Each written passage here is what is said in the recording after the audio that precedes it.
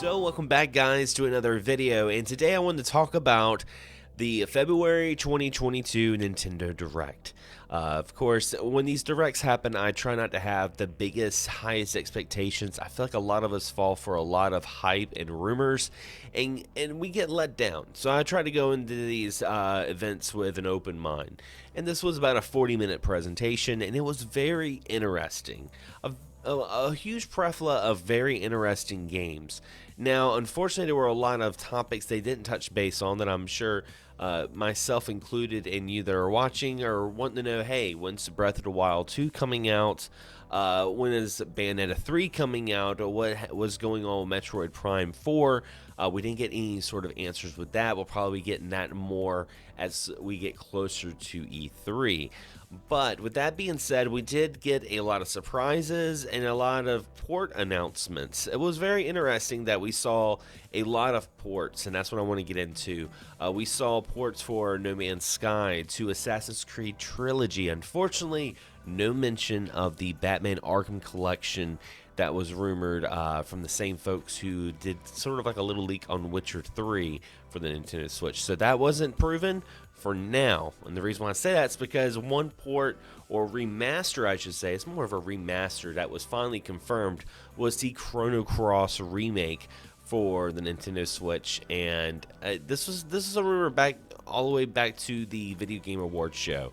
People talked about this. So I'm glad to see that it's a reality, because I do want to check out Chrono Cross. It's been a long time since I've played that game. Probably has one of the largest roster of characters to choose from. It is kind of polarizing when it comes to that. Not as good as Chrono Trigger, but still, Chrono Cross is not a terrible game. But it seemed like Square Enix talked a lot and announced a lot of RPGs. I mean, we have the Triangle Strategy game coming out.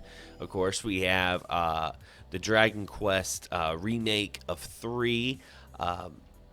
We didn't get anything on that. I'm getting a little sidetracked here. But we did get some announcements like LiveALive, which is funny because I almost started playing that game the other day on my Raspberry Pi.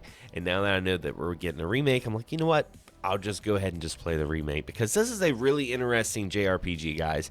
You have a big roster of characters who have their own individual stories, very similar to Octopath Traveler, and at the very end, it all comes together. So that's really, really cool. I mean, everything from playing as a caveman to a wrestler to a kid that has psychic powers who rides a mech. I mean, it is outlandish.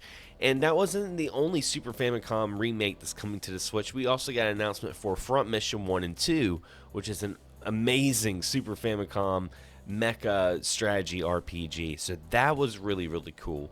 Now, of course, we had some other announcements like the new Mario soccer game that's coming out that looks really, really cool. I'm not a big sports person, but I do have to admit that Mario sports games are always, usually, for the most part, a lot of fun. At least good time wasters.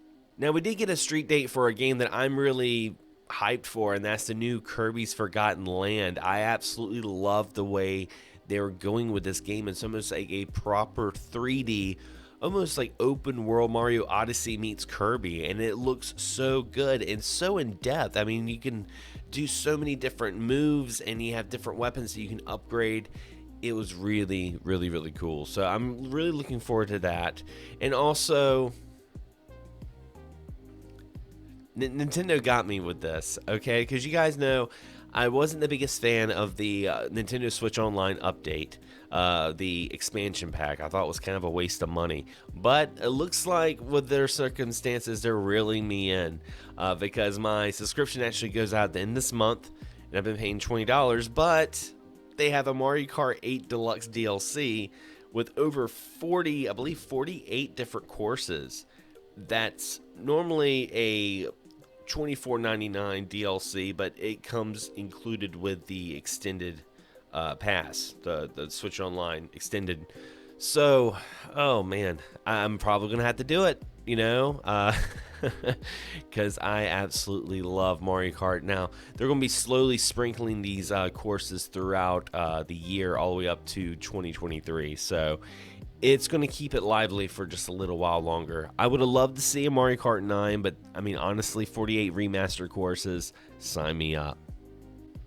And of course, Xenoblade Chronicles 3, that's going to be a lot of fun. I know a lot of folks are huge Xenoblade Chronicle fans, and I mean, that's freaking awesome. But what did you guys think about this Nintendo Direct? Leave a comment below. I'd love to chat within the community in the comments section below. And if you enjoyed this video, don't forget to subscribe, but also hit that bell so you're notified on all future videos that come out on this channel.